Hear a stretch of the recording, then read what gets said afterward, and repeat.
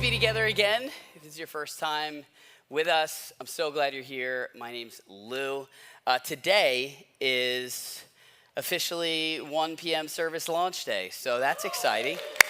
Yes, and even if you're not at the 1 p.m. service or you're not serving at the 1 p.m. service, if you're part of this community to any extent, you are part of the reason why we're doing 1 p.m. service. So thank you. This is an exciting time in the life of our church. Today we're continuing a series called Dealing with Doubt. If you weren't with us last week, don't worry, I'll bring you up to speed real quick. However, this is really one of those series that kind of builds from 1 week to the next. So you might want to go back and listen to the message last week at some point, just so you can see the big picture. All the messages are available at communitychurch.net. So here's where we'll pick up from last week. Let's start with a little game, all right? True or false? I'm going to give you a little statement, and you try to figure out whether that statement is true or false. I'll give you a chance to vote if you want to participate, okay? First statement. There are more fake flamingos in the world than real flamingos. True or false? If you think that's true, raise your hand nice and high if you want to participate. All right, if you think that's false, raise your hand nice and high. All right. I'm not going to tell you what the answer is yet. Second one. Strawberries are not berries, but bananas are berries. If you think that's true, raise your hand nice and high. That's true. All right, if you think that's false, raise your hand nice and high. Okay? Very interesting. All right, last statement. Miracle berries are berries that temporarily change your taste buds so that sour tastes sweet. I think that's true. Raise your hand nice and high. All right, if you think that's false, raise your hand nice and high. Okay, very interesting. All right, you ready? Here's the reveal. All of those statements are true. All of them. Yes, that's very exciting. We're very excited about the fake flamingos.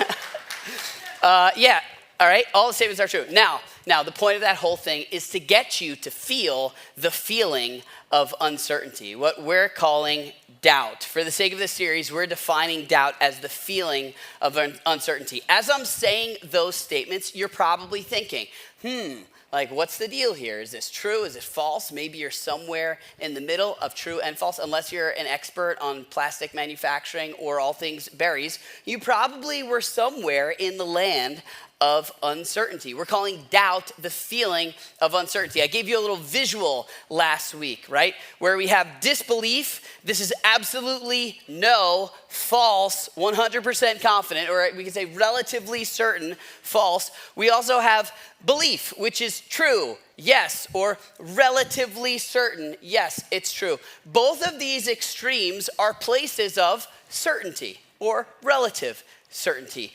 Anything in the middle, whether it's right in the middle, like I don't know, or over here, like probably, or over here, like probably not. This is the land of uncertainty. In other words, this is the place where doubt lives. Doubt lives in between our two places of certainty. And in life, doubt can be a really helpful thing, right? Like this winter, if you're gonna go walk out on some ice, let's say there's a frozen pond or lake, you're gonna walk out.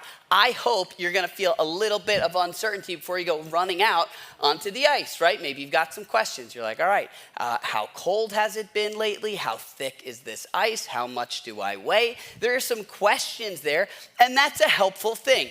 And ideally, when you ask those questions will bring you to a place of, yes, this is safe, or no, this is not safe. We don't like to be in the uncertain, but we recognize the importance, even the benefit of being in uncertain places so that we can end up at places of relative certainty. One day, someone's gonna wanna date my daughter, and probably I'm gonna be told this guy's a good guy. And you can bet I'm gonna land here in the place of uncertainty. I'm gonna have some questions, and I want to end up over here, like believing, okay, he's a good guy, or even landing over here, like, no, he's not a good guy. We'll take care of that real fast. But this is a helpful thing, right? We recognize uncertainty can be a tool that can point us in the direction of certainty. However, when you take that idea and bring it over into the church world, a lot of times we talk about doubt like it's not something helpful. Doubt is seen often as something very negative. It's bad. And in the real world, we're like, lean into your doubt, lean into your feelings of uncertainty. A lot of times in the church world, we're like, push out those feelings of uncertainty, pretend that they're not there. And so we're forced to live as if this doesn't exist. And there's either belief or there's unbelief. You can either believe certainly with all the things all the time, or you don't believe at all. And that's just not realistic. And the problem with that is if you're in the church thing, if you're trying to follow Jesus, you might feel the pressure to be totally certain about all the things all the time, or to pretend to be totally certain about all the things all the time. And what becomes even more problematic about that is if you hear a convincing argument about something you believe that seems to push you in the other direction, like you watch a documentary on Netflix, or you hear a professor say something, or you talk to a friend that's pretty confident in their other beliefs or whatever, rather than going from, okay, I'm pretty sure I believe this, to, I have some questions, it's like you get knocked all the way from belief to disbelief. Like, because there's no room for anything in between, because that's bad. We're gonna act like that's not there. Or maybe you're not a church person. You don't typically go to church. You're just doing someone a favor by being here today, and you're like, yeah, I'm pretty confident I'm right here. And you're not willing to step in the direction of belief because you've been told you're either in or you're out, right? And so you feel like, well, I'm either here, or I gotta like make this huge leap from not believing anything to believing all the stuff all the time. And so no, I can't do that. But what if there's room to go from, I'm totally sure that it's not true, to, all right, it's probably not true, but it might be. Like, what if you can take steps? What if we made room for doubt? What if we leaned into it instead of pushing it out? If we were real about it, honest about it. And so what we're doing in this series is talking about how to deal with doubt. And where we can, also talking about how God deals with our doubt. How the one being doubted deals with our doubt. Like, what do we do with it? Last week, I told you we covered a lot last week, but we looked at John the Baptist, a guy who is this example of great faith. What I said last week was that we were really laying the foundation for something you have to believe if you're going to deal with doubt. John the Baptist, Jesus calls him the GOAT. He literally says there's no one greater than John the Baptist. And he chooses to say that. He chooses to speak highly of John the Baptist when John the Baptist is at his absolute lowest. When he's doubting that Jesus is the one. When he's not totally sure about all of this. And Jesus speaks highly about him. What we said is that should give you the freedom to admit your doubts. Or the takeaway last week was your doubts don't discredit your faith. It is so important to know that if you're going to honestly deal with your doubts. Your questions don't kick you out. They don't disqualify you. And so you can be real, you can admit them, you can be honest with them. Your doubts don't discredit your faith is a big, big, big thing. This week, though, we're looking at doubt from a different angle. Like I said, we're kind of building on it a little bit. So several years ago, I heard about these things called miracle berries. They're berries or berries in a tablet form. You could suck on it and they change your taste buds. I got them here. You get them on Amazon. They're $10, all right? So I heard about it and I was like, no way, not a chance. There's no way these berries can change your taste buds. I just don't believe it. I got to try it for myself. I'll hear you out, but I got to try it for myself. And so I did. And it's pretty cool. You suck on this tablet and it works. It tricks your taste buds. You can drink pure lemon juice and it tastes like lemonade. You can drink vinegar, and it tastes not like vinegar. I mean, it's not good, but it doesn't taste like vinegar. It tastes kind of sweet. It's very interesting. The problem is that it can trick your taste buds, but it can't trick your stomach, and your stomach is like, what the heck with all the vinegar, you know? So I learned my lesson, but it was like, okay, I didn't believe it. Right away, I got questions, you know? I didn't believe it was true. I was watching a YouTube video probably like 4 or 5 years ago. There's this guy, he's got a channel, he's a handyman, he fixes stuff. And he posted this video. It's kind of out of character for him. He was talking about his sleep. He's like, I've had all these sleep problems forever. I've tried all the things. I've taken the supplements. I've tried the machines. He's like, but I finally found something that works. He said, if I duct tape my mouth at night, it helps me to sleep. Now, this has kind of become a thing. Like, you can actually buy mouth tape at Walgreens because it's gotten so popular. But 4 or 5 years ago, nobody was doing this. It sounded crazy. I was like, this guy's nuts. I didn't believe it.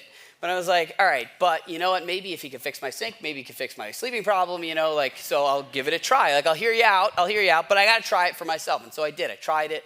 It kind of works, but I had to try for myself. And what I'm trying to say is, like, for me, I'll hear you out, but my default response is just questions.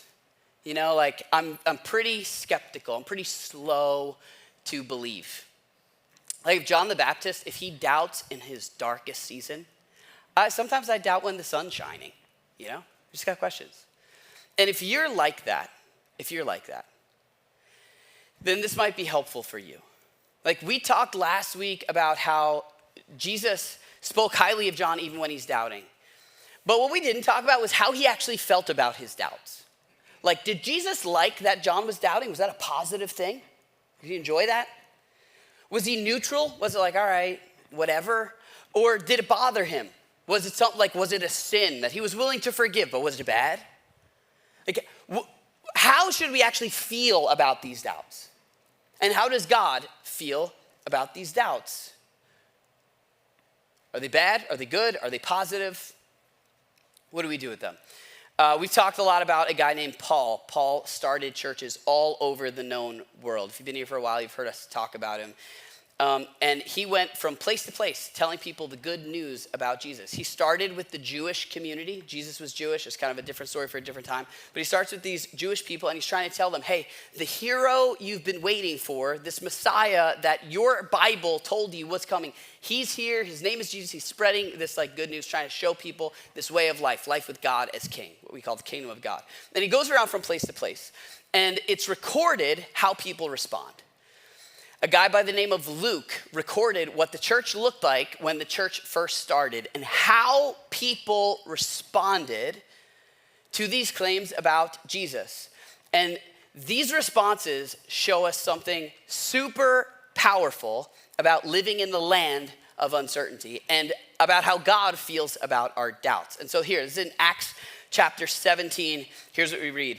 It says, when Paul and his companions, there's a guy named Silas who traveled around with Paul. He traveled around with other people. When they passed through Amphipolis and Apollonia, they came to Thessalonica, a city called Thessalonica, where there was a Jewish synagogue. Very common in ancient cities to have Jewish synagogues.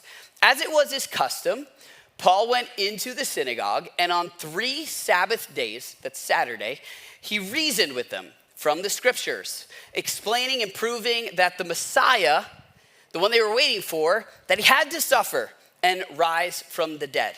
This one you've been waiting for, look at your scriptures. He had to suffer and rise from the dead. His message is, this Jesus I am proclaiming to you is the Messiah. These people have never heard this. He's trying to tell them, look, he's the one here. Some of the Jews were persuaded, and they joined Paul and Silas, as did a large number of God-fearing or devout Greeks and quite a few prominent women, which is an interesting way to describe some women, but this is a very contextual thing, right? The people reading this would have understood. He's talking about certain women in society. It's kind of another story for another time. But the idea is he shows up to Thessalonica, and the Thessalonians, they hear and they believe. They're like, all right, sounds good to me, Paul. What you said makes sense. I believe. They land almost at the place of uncertainty, or of certainty rather, right away. They're on board. And Paul loves this. People who study the Bible would say that Paul's favorite group of people were the Thessalonians. I think this is why. It's because he presented this to them. They're like, yeah, great, we love it. And so he wrote 2 letters to them. In his letters, he just raves about them, how much he loves them so much. They're great. I think it's because they believed what he said. He loved it. But there were some people that responded in a different way. We're told other Jews were jealous. They didn't like the way this was changing their structure, their system of practicing religion, specifically those who were in positions of power. And so what do? They round up some bad characters from the marketplace, formed a mob, and started a riot in the city, just like that. pretty brief description of a pretty significant thing. But what Luke is trying to tell us here, the one who's recording all this, is like, okay, so some people, like, they were on board. They were like, cool, we love it, Paul. Other people are like, no, we got our reasons, but no thanks, and get out, right? So their response is here and disbelief. They end up at the other place of certainty over here.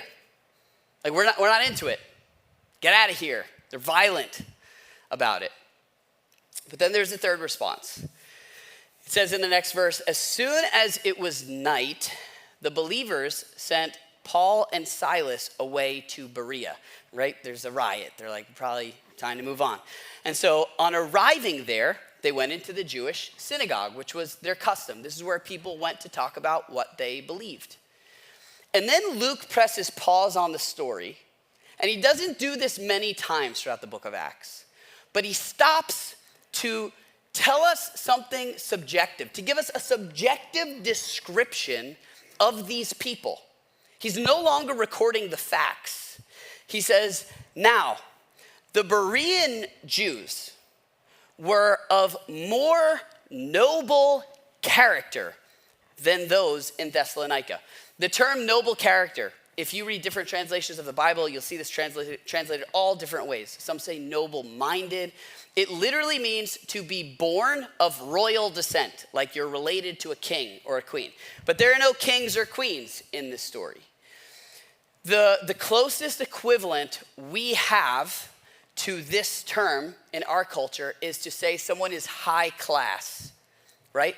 It can literally be talking about their socioeconomic status, but more often it's talking about the way that they live. There's something about the way that these people live that's virtuous. It's commendable. There's something about their approach to life. It has nothing to do with how much money they make. He's saying there's something about their approach to life that's worth pointing out here. And so why? What makes them of noble character? It says, well, they received the message with great eagerness. Like, I'll hear you out. Let's see. And not that they believed, but they examined the scriptures every day to see if what Paul said was actually true. In other words, they don't believe. The word here for examine, it's a legal term. It's used in the courtroom. It's the idea of like cross-examining or questioning somebody or scrutinizing a story, like really digging in, trying to find fault, finding the holes in the argument. And what Luke is saying here is, look, this was a good thing. There was something virtuous about these people because they didn't just accept what he said. They examined it. They dug into it. They scrutinized it. And as a result, many of them believed, as did also a number of prominent Greek women and many Greek men. Again, that's a contextual thing. But the result is belief. In other words, we've got three approaches here, right? We've got hear and believe in the beginning. We've got hear and disbelieve, like no thanks, get out. And then we have hear and believe. They hear and they do believe. But it was because they questioned, because they examined, because they scrutinized what he said. In other words, they heard and they didn't believe that what he said was true until they questioned it enough to see that what he said was actually true. They were uncertain about his claims. In other words, on the way to belief was doubt, uncertainty. And what Luke is saying as he's writing is, this is the better way. This is the better way. In other words, if we were saying last week that it's safe to admit your doubts, to just come out with them, like how does God feel about them? Are they bad? Are they neutral? The idea here is engage them. Engage them. Embrace them. Dig into them. Address your questions. Don't just admit them, like go after them. Dig deeper. Luke's like, this is the better way. And it led to belief. It was a positive positive thing. And I think like what this should show us, if nothing else, is that God is not afraid of your microscope. You can ask your questions and look for answers. And like according to Luke, it may lead you to belief or stronger faith. The closer you get, the more impressed you'll be. Some of you know, my wife and I, we purchased a house from my parents a few years ago right here in Babylon. And when we moved in, we loved the house. But right away, the one thing that we didn't like was the front door. Front door was blue, and it had that oval on it, like oval with like the diamond-shaped glass, you know, the front door like everybody has. And so when we walked in, when we like moved in, Allie's like, okay, we got to change that right away. Now, if that's your front door, it's beautiful and it might be your thing. But for us, like, wasn't our thing. We're like, okay, we got to do something about it. So we looked up how much it costs to replace the front door. And very quickly, I was like, we're not replacing the front door because it costs $1 gazillion to replace your front door.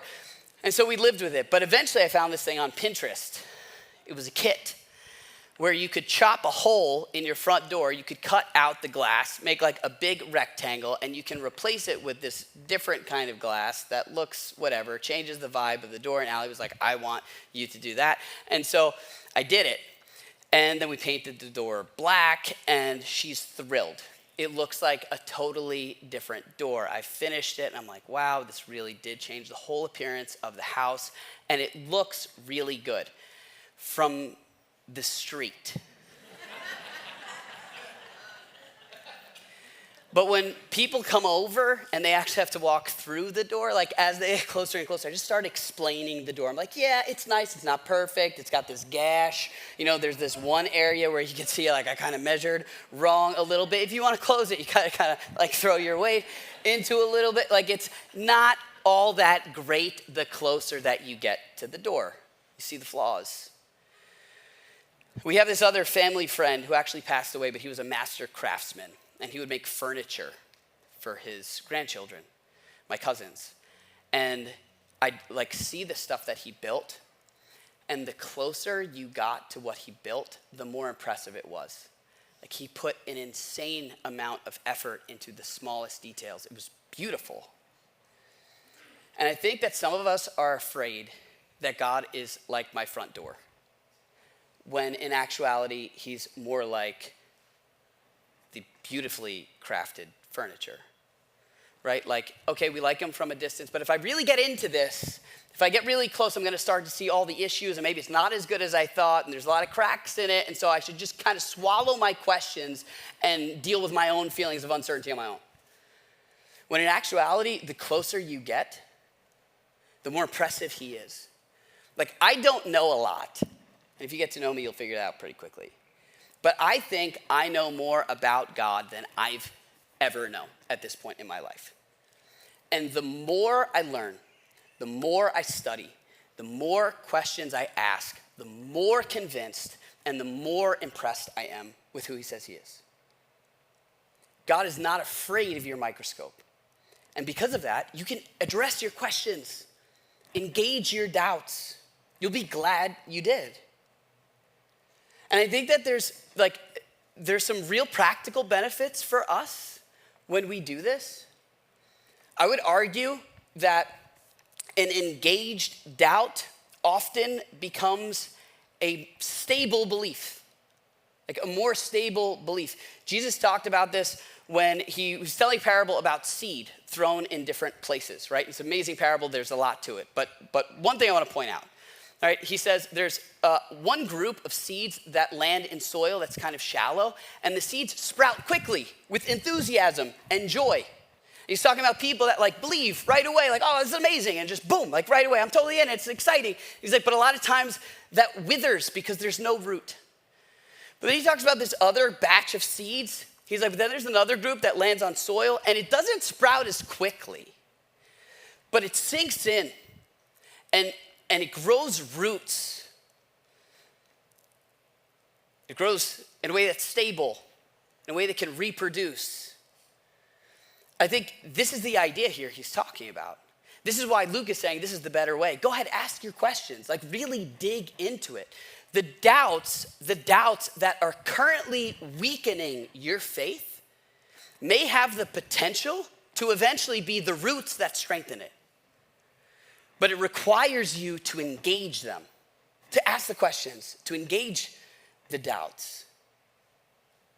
And this can be done on an intellectual level, like by asking questions and learning stuff. It could also be done on an experiential level, meaning you can engage your doubts by putting them into practice, by taking a step just to see if there's anything to it, right? Like maybe this could apply to your marriage, like where you read followers of Jesus say that you should submit to one another in your relationship, which is nobody's favorite verse. But it's like serve the other, put the other one first. And it's like, I don't know about that, right? But you put it into practice, and that's one of those things where if two parties are doing it, it's no longer 50-50 mutual compromise, but it's 100-100, and there's a mutual sense of vulnerability with the other one completely like living for the other. You see the intimacy that comes from that level of vulnerability, and all of a sudden it's like, okay, maybe there's something to this. Maybe the closer I get to it, the more invested I am in it, the better it actually is. This is true for me in the realm of finances. I heard the things that Jesus said about money, like how he tied your internal sense of peace and stability to the way you handle your finances externally, how that actually changes where you find your sense of security. And it's like, I don't know about that, right? Like it sounds good in theory, but then you actually put it into practice, and you see that actually it does do something to your heart, how like where Jesus said, where your treasure is, there your heart will be also. Like how it gives you a sense of security in the provider, not in the stuff that he provides. This is the way you can engage your doubts, by putting things into practice, or by looking for questions, or answers to your questions intellectually. An engaged doubt often becomes a stable belief. But there's another side to this. I would argue that an engaged doubt often becomes a personal belief, meaning the belief becomes your own. For a lot of us, like some of us have faith. Our faith is riding in the bed of the pickup truck of someone else's faith. Like you believe something because someone else told you. Maybe it was a parent, maybe it was a teacher. Like think about it like this. Imagine I were to tell you that pizza is the best, right? It's the best food. It tastes the best. And you've never had pizza, but you choose to believe me. You're like, all right, I believe it. Pizza's the best.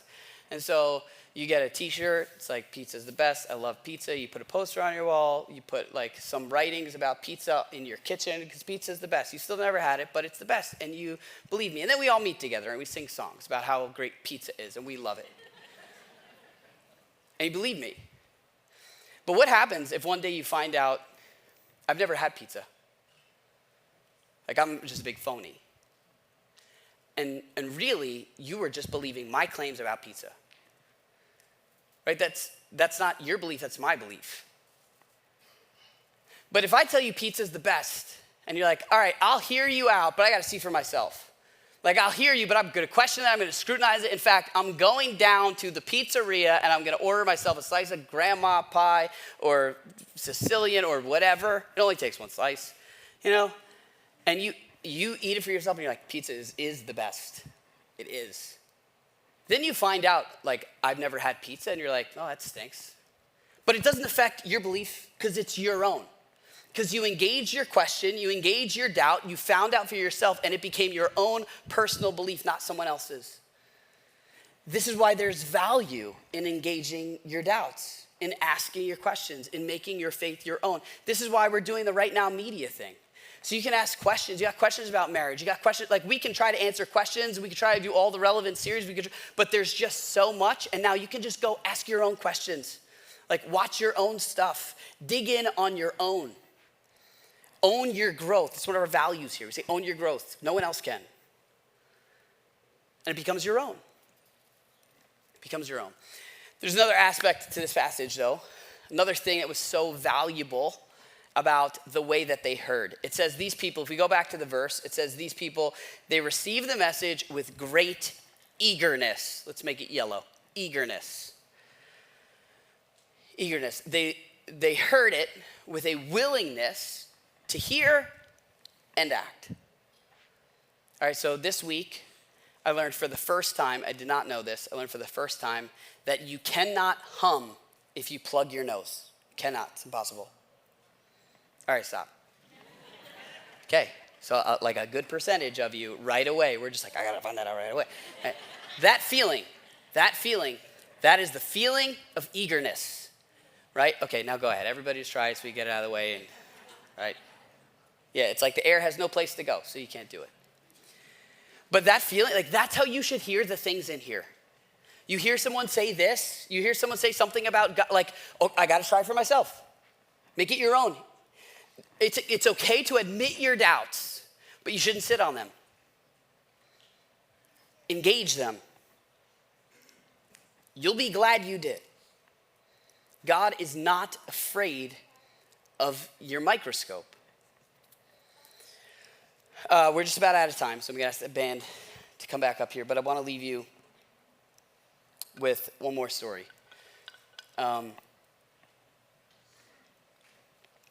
So about 4 years ago, my wife, Allie, she went out.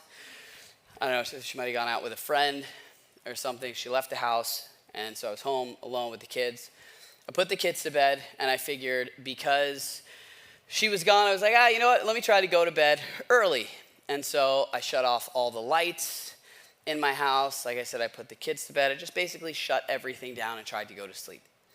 Well, she came home a little while later, and she pulled up to the house, and all the lights were off. And right away, she's like, that's weird. Like, we typically be awake at this point. Why is everything shut down so early? She opened the front door, and she saw that the dog was not typically where the dog was. And so she was a little bit more unsettled. And then she walked into the bedroom, and she saw my body like laying under the covers. She got up real close, and she saw that I was laying there with my eyes closed and my mouth taped. And she was terrified. It's the first time I had done it. Didn't tell her I was going to do it. Now, in that moment, she had 3 choices. She could have just chosen to believe that I was okay, right? And crawled into bed and just like tried to tell her he's probably fine, and just hope that there's not a dead body right next to her. She also could have not believed that I was fine. And she could have just said, well, I guess he's dead, and planned the funeral. But she didn't do either of those things. She ripped the tape off my mouth. No, I'm just kidding. She shoved me, she grabbed me, she woke me up. She wanted to see if I was alive. And I was.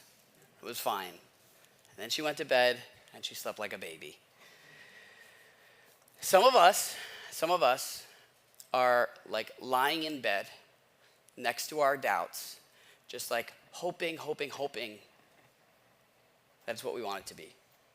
Hoping that it's real. Hoping that there's some truth to it. Just hoping.